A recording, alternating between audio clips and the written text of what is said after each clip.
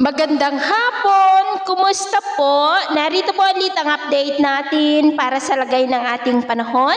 Ngayong hapon po ng April 30, 2025. Sa ngayon po ay dalawang banta ng sama ng panahon na ating binabantayan at tinawag po mga ito na Invest 99W at Invest 90W na sa loob at labas ng ating area of responsibility. Ang nasa loob po ng ating PAR ay nasa layo ngayon ng 649 km east of Davao Region at ang nasa labas ng ating area of responsibility ay nasa layo po ng 1,990 km southeast ng Davao Region. Ang nasa loob po ng ating area of responsibility ay bumaba po ang tsansa na maging bagyo for the next 24 to 48 hours. Pero ang nasa labas ng ating area of responsibility ay nakitaan na maging malakas na bagyo sa susunod na mga araw. At kung maging bagyo yan habang nandito na sa loob ng ating area of responsibility, ay tatawagin po sa local name na Bagyong Auring. Hindi pa naman po yan nakitaan ng landfall scenario, pero atin lamang pong babantayan pa rin ang development ng dalawang banta ng sama ng panahon na ito dahil posible pa rin ang mga biglaang pagbabago.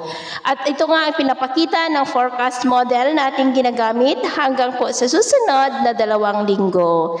At sa lagay ng ating panahon, ngayong hapon ay muulap ang kalangitan with isolated rain sa malaking bahagi ng Mindanao, Palawan, ilang bahagi ng Panay Island, Negros, Cebu, silangan ng Leyte, Eastern Samar, ilang bahagi ng Quezon, Zambales, Ilocos Region at Cordillera.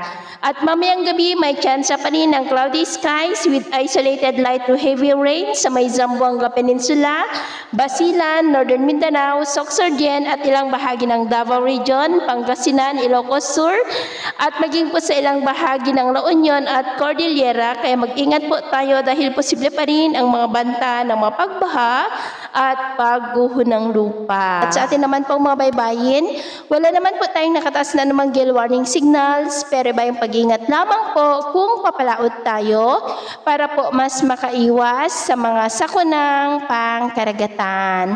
So ito muna ang latest update natin sa araw na ito. At ako po muli si James na nagsasabing sa kahit anong pagsubok po na darating sa ating buhay, huwag na huwag po tayong mawawalan ng pag-asa. Thank you and God bless!